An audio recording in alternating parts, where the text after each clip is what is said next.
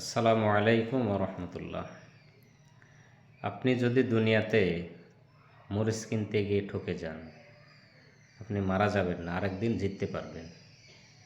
মাছ কিনেছেন, মাছটা পচা হয়ে গেছে, ফেলে দিলে আপনি শেষ হয়ে যাবেন না, আরেকদিন ভালো মাছ কিনে নিতে পারবেন।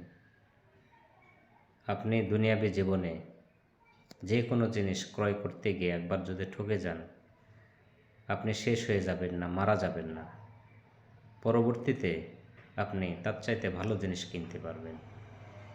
কিন্তু যদি আপনি পচা ঈমান নিয়ে কবরে চলে যান, সেখান থেকে ফেরত আসার আর সুযোগ পাবেন না, জাহান্নাম থেকে বাঁচার আর উপায় থাকবে না, আপনাকে জাহান্নামেই চলে যেতে হবে।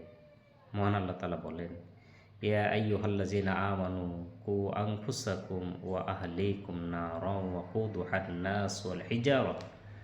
সূরা তাহরিমের 6 নম্বর আয়াতের মাধ্যমে আল্লাহ তাআলা জানিয়ে দিচ্ছেন, যারা তোমরা ঈমানের দাবি করছো, তোমরা নিজেরা এবং তোমাদের নিজেদের আহাল বর্গদেরকে, সন্তান সন্ততিদেরকে ওই জাহান্নামের আগুন থেকে বাঁচাও, যার জ্বালানি হবে মানুষ এবং পাথর।